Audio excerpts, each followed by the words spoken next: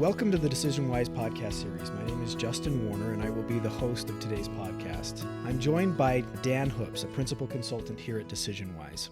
As a principal consultant here with DecisionWise, Dan is responsible for partnering with organizations in creating change by enhancing organizational team and leadership effectiveness and capabilities.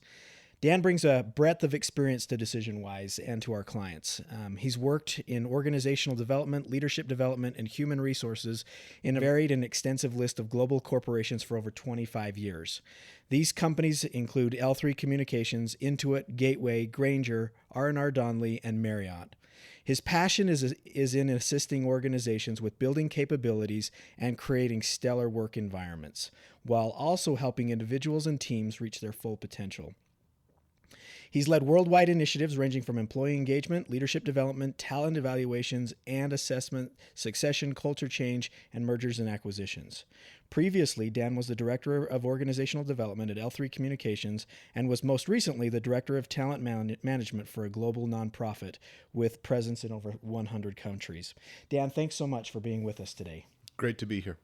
So this month, our podcast will focus on the DecisionWise Employee Engagement Magic Model, as we've discussed in our other podcast.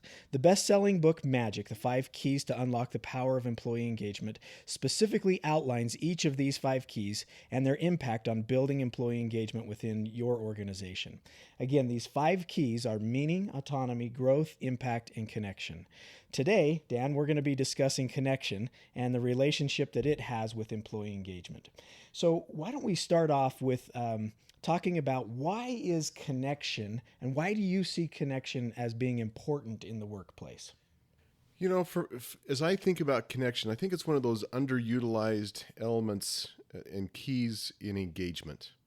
We always think about, I have meaning in my job and I need to make sure that I'm having the impact that I should be having. And we always want to continue to grow, but we don't typically think about, do I have connection with the company? Does the company have connection with me? And do I have somebody that I can work with?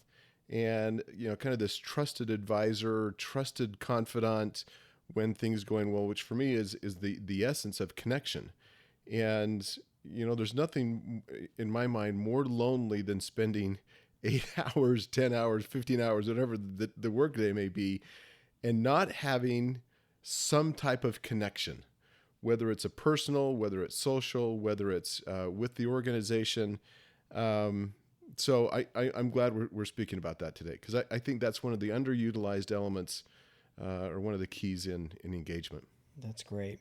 So oftentimes, and you mentioned this a little bit, and when I would talk to clients and prospects out there, they would often reference a question that falls on engagement surveys about, does it matter if I have a best friend at work? Like sometimes people say, oh, that's just a silly question that's out there. But really, having someone that you can trust and connect with is really important to have that at work. Oh, it is for me. And what's the irony of that for me is I have a preference to introversion.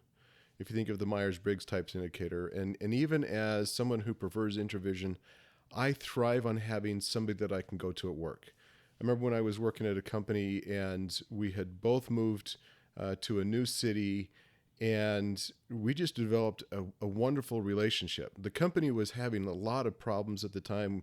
The 3 years that I was there, they didn't make money, and we were having some massive layoffs, and there's kind of this fear inside of the culture and the company. And it's like, man, are we even going to survive? And it was just really nice to have her and me, and we would grab lunch. We sat a few desks away from each other, and we were working on some really key initiatives, but it was just nice to have a confidant at work just to bounce some ideas off of, or, hey, what are you hearing and what am I hearing? And how do we manage through that? It was nice because neither one of us were caught up in the reductions. And as survivors, we were involved in a lot of the reductions. And it was just nice to have a confidant, someone trusted, someone that we could bounce ideas off of, someone that could have concerns, so that when I went home, And the connection at work, she was absolutely just essential. And I compare that to another company where I worked that had the company culture was more of a culture of introversion. So I thought, man, I'm gonna fit really well inside this company. But I had just the opposite experience. All of the engineers would keep their doors closed. You'd walk in these buildings with thousands of employees, and it was quiet, and there wasn't any noise. And it's like, well, who am I going to talk to today? Or how am I going to interact with somebody? Or I remember having a conversation with somebody one time. It's like, hey, should we just do that over lunch? He's like, no, that's my time. And I don't want to, and no, you can't. And he kind of stumbled over like I am now, kind of stumbled over the response of, can we just get together? And it was really difficult to build any type of relationship in that company compared to where my experience was previously with some of those. Now, I'm not saying that you have to have a best friend and you're going to parties after and you're social. I mean, you have to have a life outside of work. But for me, having somebody inside of work, a confidant, someone that I can trust, someone that I can have a conversation with, has been extremely important for me. So Dan, often at DecisionWise, we talk about engagement as a 50-50 proposition, right? So 50% of the responsibility lies with the organization and 50% lies with the individual when it comes to creating engagement and creating an engaged environment. Let's talk a little bit about that. Like what can an organization do to help create an environment where connection can exist within an organization? Well, for me, part of the value of that connection and the 50-50 value proposition is an organization have clearly stated values, and that a person needs to align with those values. But more importantly, the company needs to demonstrate what those values are so that people can be clear on those values. Obviously, for me, it was a clear disconnect on the company values and my values. And it caused a significant enough strain in the relationship that I said, you know what, this isn't a good fit for me. And it was not an emotional leave when I left the company within 60 days. It was actually quite refreshing. And I compare that to other organizations. For example, when I was working for Marriott Hotels, my very first job right out of college, it was just an absolutely wonderful experience from a cultural alignment, values alignment standpoint. And it was very emotional when I left. I had wonderful friends that I stayed in contact with for many, many years after I left that company. The company that I spoke about just prior, there was nobody that I stayed in contact with there. So I think when we think of this value proposition, yes, I need to be clear on my values and how I align with the company, but the company needs to have policies, practice, and procedures that would want an employee to stay there. Now, the policies aren't necessarily all around the social infrastructure, although I think that's important as well, but it creates a certain dynamic of whether I'm going to engage with the company and whether the company wants me to engage with them. We often talk about fit, and for me, connection is one of those elements where fit is absolutely critical. Can I bring my whole self to work because of what the company offers, and do I fit within that cultural construct that allows me to bring my whole self to work in a way that says, yeah, I'm really connected with the company and the company's really connected with me. That's great. Earlier, you brought up a great point about different personality types. And some people lean more towards introversion, some lean more towards extroversion. How does that really impact connection in the workplace? Is it possible that the environment can be there where connection can exist? The organization has well-stated mission values, but employees could still choose not to be connected and therefore choose not to be engaged? Or is that just a natural outcome of how we work? No, that's a great question, because I think it's an ebb and flow issue. So for me, although I have a preference for introversion, I can't work in my office all day long. I have to get out and I have to talk to people, partly because it's not the need for the social interaction. I need the thought connection. I need somebody to bounce an idea off of. I need somebody that'll walk into my whiteboard. You go into my office, you look at my whiteboard, and I have stuff all over my whiteboard. It's because I have somebody walk in and, hey, what do you think about this idea? Or can we doodle this or can we doodle that? So the social structure, I think, is one element. But for me, idea generation, having the ability to bounce that off of somebody, having them walk in my office and, hey, what do you think? That adds tremendous value for me personally. And I'm thinking, oh, I just helped somebody.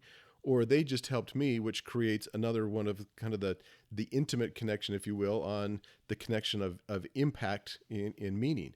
So yeah, it can be an extroverted type of culture or more preferred for introversion, but I still think there are interactions that are critical in making that connections, whether it's idea generation, whether it's solving a problem, whether it's making sure that I have a confidant when I'm having a challenge that I need help thinking through. But I don't know that the culture per se is an inhibitor as much as it is fit and understanding how to navigate through it. Oh, that's great. So you've worked with organizations all around the world. You've seen both positive and negative examples where connection has been working in an organization and where it hasn't been working. Maybe share a couple of examples, if you wouldn't mind, about an organization where you saw how this connection element was really driving engagement, and maybe where you saw the opposite of that. Yeah, when I was working with this large global nonprofit organization. I had lived part of my life in South America when I was a young boy, and as a result of that, had been in more foreign countries at one point in my life than I had states in the United States. And I had also lived in Australia. My oldest daughter had lived in the Philippines. My two youngest daughters had lived in Mexico, China, and the Philippines, and so they lived in multiple foreign countries. So it was really easy when I was getting on the phone with somebody in the Ukraine or with somebody in Asia, where I had worked in India and Singapore and also had worked in the Philippines, to have an immediate connection. I remember talking to somebody in Singapore when I was there, and it was just really easy to strike up a cross-cultural conversation because they were in Singapore from Japan. I was in Singapore from the United States. Somebody else was there from Canada. And we had something all in common, this called the connection of a global network. Yeah. And it was really interesting to have those conversations because it immediately broke down some of those barriers that may be a little bit tense. It's like, can I trust this person? What do they know about me? What do they know about my culture? Are they going to be respectful of some of my traditions? And it immediately broke that down and created a bond and a connection which was more global than it was just inside of the organization. So I think there are advantages of expanding our perspective and having connections outside of our immediate domain, if you will, because it expands our thinking, it expands our ability to make broader connections around the communities wherever we go. For me, that happened to be in India and Singapore and the Philippines, and when I was sitting in Salt Lake talking to somebody on the phone in Brazil. It was just a nice way to break down some of those barriers. That's great.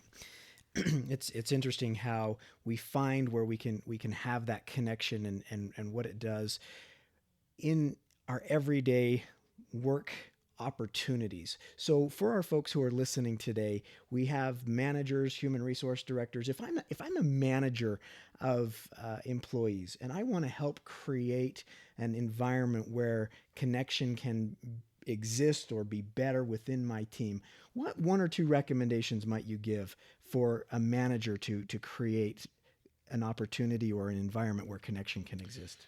When I was living in Chicago, I had about a 3-hour commute every day, and I would spend the first hour and a half on the train. So I'd leave my house a little after 6, it was about 5:50, 6 o'clock in the morning, so I could be in my office in downtown Chicago at 7:30. Well, during that train ride, I had already checked off everything that I was going to do for the day. I had my task list, and by the time I got to the office, I was ready to roll. And I would walk into my office and I would start working because, I had been already in my, mentally I'd already been working for about an hour and a half sitting on the train.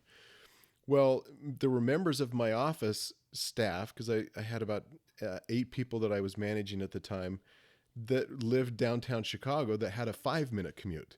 So they would come into the office and start talking to each other. They'd grab their cups of coffee and kind of have this social interaction before, they get ready to work. Well, I had been on the train for an hour and a half and I was already ready to work.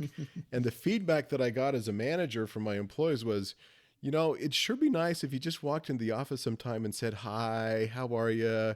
Grab a cup of coffee with us before we get started in the morning, see how we're doing."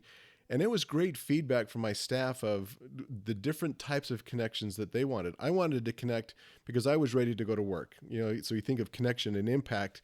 with the Keys of Magic, I was ready to go.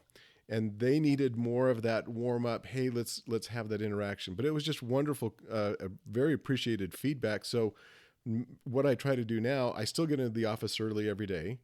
But when I notice that everybody's here, my staff, I'll make sure that I walk out of my office, have a conversation. I'll walk into somebody's office, or I'll stand outside of their cube, or when I go get my glass of water in the morning, make sure that I have some of those touch bases, because I know that that's important to people, even though I've already been at work for maybe an hour and a half or 2 hours. That's great.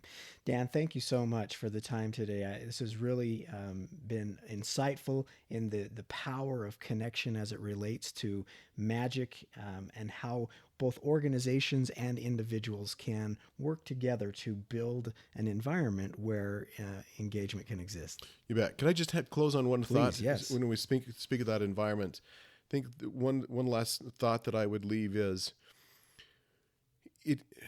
for those that are thinking of moving from one company to another company, it's much harder to leave friends than it is casual acquaintances.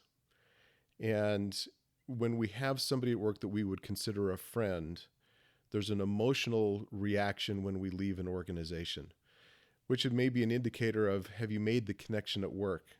Are you leaving friends, professional colleagues that you would consider someone that you would want to stay in contact for a long period of time? Or is it like I experienced at another company, which is, boy, I'm really glad to be leaving this organization. So I would encourage us all just to remember the power of connection and the value that it can have in association and in combined with all of the other elements of magic. That's great, Dan. Thank you so much. And this will conclude our podcast series on magic, the meaning, autonomy, growth, impact, and connection being the last of the 5 keys. Thank you for listening to the series on magic. We appreciate your time.